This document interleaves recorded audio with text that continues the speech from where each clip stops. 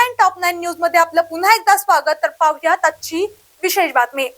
आंतरराष्ट्रीय अर्थव्यवस्था आणि वित्तीय व्यवस्थेतील बदलत्या प्रवाहांवर प्रकाश टाकत मराठमोळे तज्ञ प्रतीक मुनगेकर यांनी फिलिपाईन्स मधील बुलांकन स्टेट युनिव्हर्सिटीच्या ग्रॅज्युएट स्कूल ऑफ बिझनेस मधील सुमारे 200 विद्यार्थ्यांसाठी ग्लोबल फायनान्स या विषयावर विशेष व्याख्यान दिले. तर पाहूयात आजची सविस्तर बातमी. या व्याख्यानात जागतिक वित्तीय प्रणाली, आंतरराष्ट्रीय वित्तीय बाजारपेठ, परकीय चलन व्यवहार, भांडवलाचा जागतिक प्रवाह, वित्तीय जोखीम व्यवस्थापन तसेच परस्परावलंबी जागतिक अर्थव्यवस्थेत वित्त क्षेत्रातील बदलती भूमिका या महत्त्वाच्या विषयावर सविस्तर मार्गदर्शन करण्यात आले.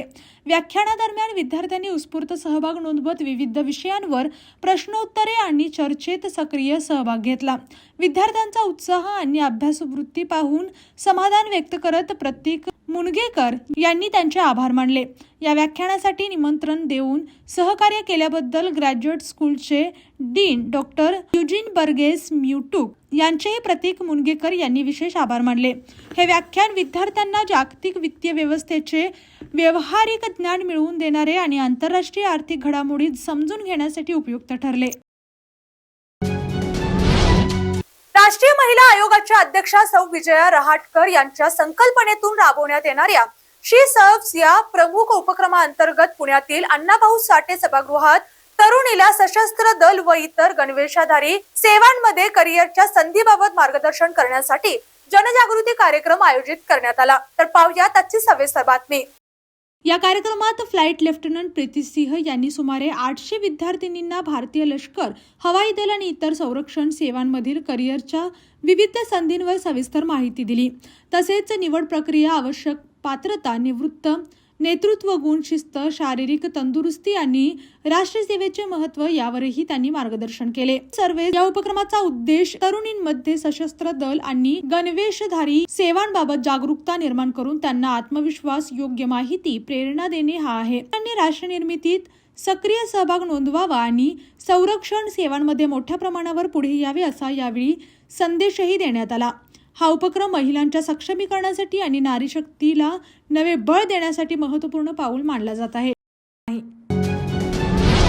कोल्हापूर महानगरपालिकेच्या सावित्रीबाई फुले रुग्णालयात rotary club of Kolhapur heritage आणि अमेरिकेतील rotary club of Miami airport यांच्या आंतरराष्ट्रीय सहकार्याने सुमारे 34 लाख रुपये खर्चाच्या अत्याधुनिक कलर डॉपलर सोनोग्राफी मशीन व सुसज्ज रूमचे लोकार्पण करण्यात आले. तर पाहूयात आजची सविस्तर. महापौर सौ रूपाराणी निकम आणि मनपा आयुक्त डॉक्टर राजेंद्र भारुड यांच्या प्रमुख उपस्थितीत हा सोहळा उत्साहपूर्ण वातावरणात पार पडला. या अत्याधुनिक मशीनमुळे विशेषतः आर्थिकदृष्ट्या दुर्बल महिला आणि गरजू रुग्णांना अत्यल्प दरात दर्जेदार, अचूक आणि जलद सोनोग्राफी तपासणीची सुविधा उपलब्ध होणार आहे. त्यामुळे सार्वजनिक आरोग्य सेवेला मोठी चालना मिळणार असून रुग्णांना खासगी रुग्णालयांवरील आर्थिक भारही कमी होणार आहे. हा प्रकल्प रोटरी क्लब ऑफ कोल्हापूर हेरिटेजच्या तत्कालीन अध्यक्षा रोटेरियन पूजा गांधी, सचिव श्रुती मंत्री खनिजदार प्रशांत मेहता तसेच डॉक्टर अभिजित वज्रमुष्टी आणि प्रसाद मंत्री यांच्या विशेष पुढाकारातून साकार झाला आहे. यावेळी महापौर सौ रूपाराणी निकम आणि आयुक्त डॉक्टर राजेंद्र भारुड यांनी रोटरी क्लबच्या सामाजिक बांधिलकीचे कौतुक करत भविष्यातही महानगरपालिका आणि रोटरीच्या संयुक्त विद्यमाने लोकहिताचे असे अनेक उपक्रम राबवण्यात येतील असा विश्वास व्यक्त केला. कार्यक्रमादरम्यान माजी प्रांतपाल शरद पै, अरुण भंडारे तसेच मशीनचे पुरवठादार यांचा मान्यवरांच्या हस्ते सत्कार करण्यात आला. रोटरी क्लबचे पदाधिकारी, मनपाचे अधिकारी, वैद्यकीय अधिकारी, डॉक्टर प्रशांत पावरा, विविध क्षेत्रातील मान्यवर आणि नागरिक मोठ्या संख्येने उपस्थित होते. सार्वजनिक आरोग्य सेवेत आधुनिक तंत्रज्ञानाची भर घालणारा हा उपक्रम कोल्हापूरसाठी एक महत्त्वाचा आणि ऐतिहासिक टप्पा मानला जात आहे. भारताच्या BRICS चेअरशिप 2026 अंतर्गत आयोजित ब्रिक्स हेल्थ ट्रॅकच्या तिसऱ्या दिवशी 16वी ब्रिक्स आरोग्य मंत्र्यांची बैठक पार पडली. या बैठकीत ब्रिक्स हेल्थ डिक्लेरेशन एकमताने मंजूर करण्यात आले. तर पाहूयात आजची सविस्तर बातमी. बैठकीला केंद्रीय आरोग्य व कुटुंब कल्याण मंत्री जगत प्रकाश नड्डा यांनी आभासी माध्यमातून संबोधित केले. तसेच आयुष मंत्रालयाचे स्वतंत्र प्रभार राज्यमंत्री तथा आरोग्य व कुटुंब कल्याण मंत्री प्रतापराव जाधव आणि आरोग्य व कुटुंब कल्याण राज्यमंत्री अनुप्रिया पटेल यांनीही बैठकीत सहभाग घेतला। या बैठकीत BRICS सदस्य देशांमधील आरोग्य क्षेत्रातील सहकार्य अधिक मजबूत करण्यावर भर देण्यात आला। विशेषतः पारंपरिक, पूरक आणि एकात्मिक वैद्यक पद्धती, सार्वजनिक आरोग्य सेवेतील नवकल्पना आणि सर्वांसाठी दर्जेदार आरोग्य सेवा उपलब्ध करून देण्याबाबत व्यापक चर्चा झाली। यावेळी भारताने हेल्थ फॉर ऑल आणि आयुष फॉर ऑल या संकल्पनांना प्रोत्साहन देत आयुष्य पद्धतींचा जागतिक स्तरावर प्रसार करण्याची आणि BRICS राष्ट्रांमधील आरोग्य सहकार्य अधिक प्रभावी करण्याची आपली भूमिका पुन्हा अधोरेखित केली। ब्रिक्स आरोग्य मंत्र्यांच्या या बैठकीत करण्यात आलेले ब्रिक्स हेल्थ डिक्लेरेशन हे सदस्य देशांमध्ये सार्वजनिक आरोग्य, पारंपरिक औषध पद्धती, संशोधन आणि आरोग्य सुरक्षा आणि शाश्वत आरोग्य व्यवस्थेसाठी परस्पर सहकार्य वाढवण्याच्या दिशेने महत्त्वपूर्ण पाऊल मानले जात आहे।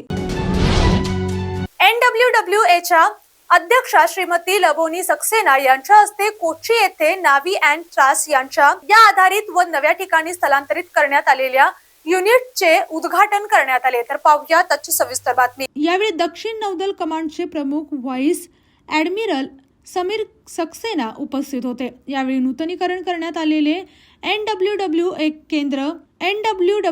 केंद्र हे संस्थेच्या माजी अध्यक्षा यांच्या योगदानाचा गौरव म्हणून त्यांना समर्पित करण्यात आले।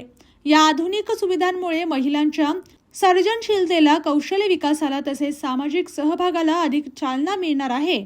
या उपक्रमामुळे NWWAच्या विविध प्रशिक्षण, हस्तकला, कौशल्य विकास आणि समुदायाभिमुख उपक्रमांना अधिक सक्षम व्यासपीठ उपलब्ध होणार असून नौदल कुटुंबांच्या सार्वजनिक विकासासाठी हे केंद्र महत्त्वाची भूमिका बजावणार आहे। केशवराव भोसले नाट्यगृहाचे काम अंतिम टप्प्यात असताना नाट्यगृहाचे व्यवस्थापन खाजगी संस्थेकडे देण्यासंदर्भात महापालिकेने ठराव मंजूर केल्याच्या पार्श्वभूमीवर निर्माण झालेल्या समाज गैरसमजांवर चर्चा करण्यासाठी आज महापालिका प्रशासन आणि रंगकर्मी यांची संयुक्त बैठक पार पडली। तर पाहूया त्याची सविस्तर बातमी। बैठकीत दोन्ही बाजूंनी आपापली भूमिका स्पष्टपणे मांडल्यानंतर रंगकर्मियांच्या भावना लक्षात घेऊन या विषयावर महापालिकेच्या महासभेत पुन्हा सविस्तर चर्चा करून अंतिम निर्णय घ्यावा अशी सूचना करण्यात आली। यावेळी शहराच्या लोकप्रतिनिधी म्हणून रंगकर्मीवर कोणताही अन्याय होणार नाही, त्यांच्यावर कोणताही आर्थिक बोजा पडणार नाही आणि कलेचे कोणतेही प्रकारे नुकसान होणार नाही यासाठी आपण सतर्क असल्याची ग्वाही देण्यात आली। तसेच कोणताही महत्त्वाचा निर्णय घेताना संबंधित क्षेत्रातील तज्ज्ञांचा सल्ला घेऊनच निर्णय घ्यावा अशा सूचनाही प्रशासनाला करण्यात येणार असल्याचे सांगण्यात आले। केशवराव भोसले नाट्यगृहाचे बांधकाम अंतिम टप्प्यावर असून अंतिम टप्प्यातील DP बसवण्याच्या कामासाठी स्वतःच्या निधीतून तातडीने 1.80 कोटींचा निधी उपलब्ध करून दिल्याची माहिती यावेळी देण्यात आली। हे काम लवकर पूर्ण करून 9 ऑगस्ट रोजी मुख्यमंत्री देवेंद्र फडणवीस यांच्या प्रस्तावित कोल्हापूर दौऱ्यात केशवराव भोसले नाट्यगृह, रंकाळा फाउंटन, छत्रपती शाहू महाराज समाधी स्थळ आणि पूर नियंत्रण प्रकल्प यांसह विविध विकास कामांचे उद्घाटन करण्याचा प्रयत्न असल्याचे पत्रकार परिषदेत सांगण्यात आले। या बैठकीस महानगरपालिका आयुक्त डॉक्टर राजेंद्र भारुड, महापौर सौरूपाराणी निकम, अतिरिक्त आयुक्त रविकांत अडसूळ, विविध रंगकर्मी, शिवसेना पदाधिकारी तसेच महानगरपालिका प्रशासनातील अधिकारी उपस्थित होते। भारतीय स्थल सेनेच्या दक्षिण विभागाचे प्रमुख अधिकारी लेफ्टनंट जनरल राजेश पुष्कर यांनी आज महाराष्ट्राचे राज्यपाल जिष्णुदेव वर्मा यांची मुंबई येथील लोकभवन येथे सदिच्छा भेट घेतली। तर पाहूया त्याची सविस्तर बातमी। या भेटीदरम्यान विविध प्रशासकीय आणि राष्ट्रीय सुरक्षेशी संबंधित विषयांवर चर्चा झाल्याची माहिती देण्यात आली। यावेळी भारतीय स्थल सेनेच्या महाराष्ट्र, गुजरात आणि गोवा क्षेत्रातील प्रमुख अधिकारी लेफ्टनंट जनरल DS कुशवाह देखील उपस्थित होते। राज्यपालांनी दोन्ही वरिष्ठ लष्करी अधिकाऱ्यांचे स्वागत करत त्यांच्या कार्याबद्दल शुभेच्छा व्यक्त केल्या। सदिच्छा भेटीच्या माध्यमातून राज्य प्रशासन आणि भारतीय स्थल सेना यांच्यातील समन्वय अधिक दृढ करण्याबाबत सकारात्मक चर्चा झाल्याचे सांगण्यात आले।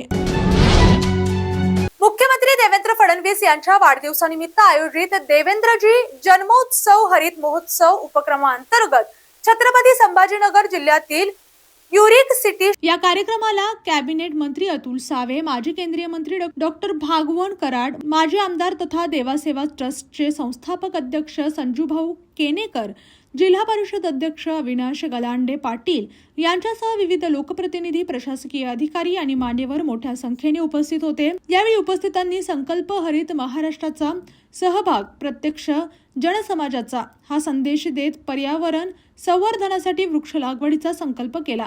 राज्यात हरित क्षेत्र वाढवणे, पर्यावरणाचा समतोल राखणे आणि जनसहभागातून वृक्ष संवर्धनाला चालना देणे हा या अभियानाचा प्रमुख उद्देश असल्याचे मान्यवरांनी यावेळी सांगितले. मराठवाड्यातील विविध भागात पुढील काळात टप्प्याटप्प्याने 5 लाख वृक्षांची लागवड करून पर्यावरण संरक्षणासाठी व्यापक जनआंदोलन उभारण्याचा निर्धार या कार्यक्रमातून व्यक्त करण्यात आला. भारतीय जनता पक्ष युवा मोर्चा कोल्हापूर यांच्या वतीने फिफा फुटबॉल वर्ल्ड कप 2026 अंतिम सामन्याचे भव्य स्क्रीनिंग मिरजकर तिकटी कोल्हापूर येथे मोठ्या LED स्क्रीनवर आयोजित करण्यात आले. तर पाहूया त्याची सविस्तर बातमी. मुसळधार पावसाची पर्वा न करता फुटबॉल प्रेमी कोल्हापूरकरांनी मोठ्या उत्साहाने या सोहळ्यात सहभाग घेतला. रविवारी रात्री रंगलेल्या अंतिम सामन्याचा थरार अनुभवण्यासाठी युवकांसह क्रीडाप्रेमींनी मोठ्या संख्येने उपस्थिती लावली. पावसातही चाहत्यांचा उत्साह कायम राहिल्याने परिसरात जल्लोषाचे वातावरण निर्माण झाले. या उपक्रमाद्वारे जागतिक दर्जाच्या क्रीडा स्पर्धांचा आनंद सामूहिक पद्धतीने घेण्याची संधी कोल्हापूरकरांना उपलब्ध करून देण्यात आली. सामन्यादरम्यान प्रेक्षकांनी आपल्या आवडत्या संघाला उत्स्फूर्तपणे पाठिंबा देत जल्लोष केला. भाजप युवा मोर्चाच्या या उपक्रमाचे उपस्थित नागरिकांनी स्वागत करत अशा प्रकारचे क्रीडा आणि युवा सहभाग वाढवणारे कार्यक्रम भविष्यातही आयोजित करण्याची अपेक्षा व्यक्त केली. अशाच जिल्ह्यातील, राज्यातील व राष्ट्रीय स्तरावरील ताज्या बातम्या पाहण्यासाठी पाहत रहा SP9 मराठी न्यूज चॅनेल. या चॅनेलच्या माध्यमातून विविध क्षेत्रात उल्लेखनीय कार्य करणाऱ्या मान्यवरांच्या प्रेरणादायी मुलाखती तसेच महत्त्वाची माहिती आणि घडामोडी आपल्यापर्यंत पोहोचवल्या जातील. अशा नवीन बातम्या आणि माहिती मिळवण्यासाठी चॅनलला लाईक करा, शेअर करा आणि हो, सबस्क्राईब करायला विसरू नका. पाहत रहा SP9 Marathi, your time your news. धन्यवाद.